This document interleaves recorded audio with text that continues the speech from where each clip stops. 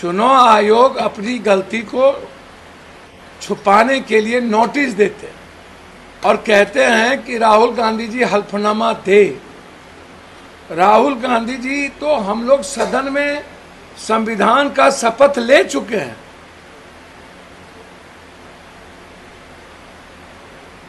और चुनाव आयोग के ही वोटर लिस्ट के आधार पर हमने वेरिफिकेशन किया और उस वेरिफिकेशन में कुछ भी नहीं मिला। फिर मीडिया गए तो मीडिया को भी नहीं मिला।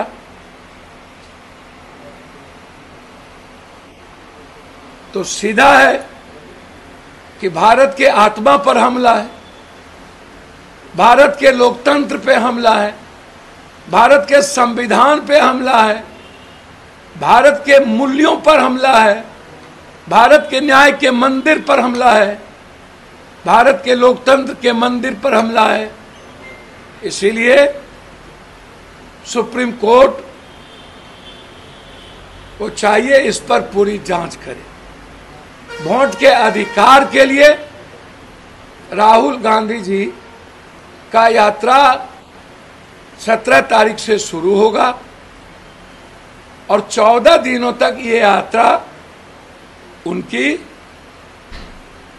शाहबाद से शुरू होगा, मगध होते हुए,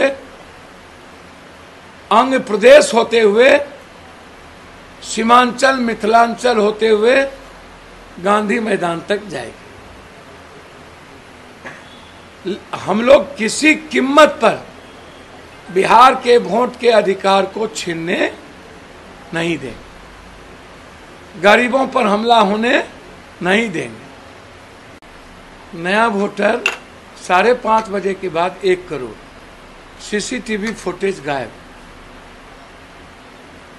हम बात कर रहे हैं डिजिटल, आपसे हम मांग रहे हैं, हम मांग रहे हैं वोटर लिस्ट। आप 1 करोड़ वो नाम हमको बताइए, वोटर लिस्ट दीजिए, ताकि हम भी पता करें कि 5:30 बजे के बाद जिनका वोट कास्ट हुआ वो कौन लोग हैं।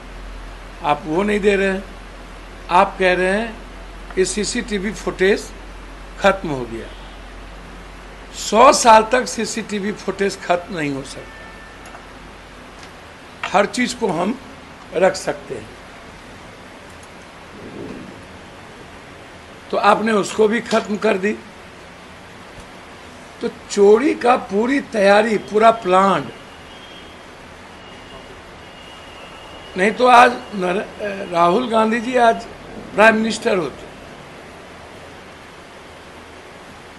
तो लोकतंत्र की मंदिर के साथ इतना बड़ा मजाक, संविधान खत्म हो जाना और भारत की जनता का हरण, वोट के अधिकार का छीनना, ये दुनिया में सबसे बड़ा घोर पाप है। यह सरकार असंवैधानिक है और इस सरकार को 1 मिनट भी रहने का राइट नहीं है। दूसरी तरफ यदि SIR 6 महीने पहले इतने वोटर मर गए थे, मिसिंग थे, 8 लाख वोटर डबल जगहों पर था, जिसमें बीजेपी आरोप लगाते हैं, इधर तेजस्वी जी कहते हैं उधर। तो उन्होंने तो, तेजस्वी जी ने तो एक फैक्ट दिया कि 2 नाम है कि डिप्टी CM एक जिम्मेदार पद है और एक जिम्मेदार पद पे रहने के बावजूद यदि 2 वोटर लिस्ट में, कार्ड में नाम है, क्या उन्हें कहना चाहिए कि गलत तरीके से किया गया या गलती हो गई, या स्वीकार करनी चाहिए? गलती से भी हो सकती है, BLO की भी गलती हो सकती है, हमारे नॉलेज में नहीं हो सकता है। हम सिर्फ आरोप प्रत्यारोप में नहीं जाएंगे। मेरा सवाल राहुल गांधी जी का वो प्रेस कॉन्फ्रेंस है जिसमें उन्होंने 25 से 32 लोकसभा सीटों पर वोट की चोरी के पूरे मापदंड दिखाए और उसी पर है कि यह सरकार असंवैधानिक है।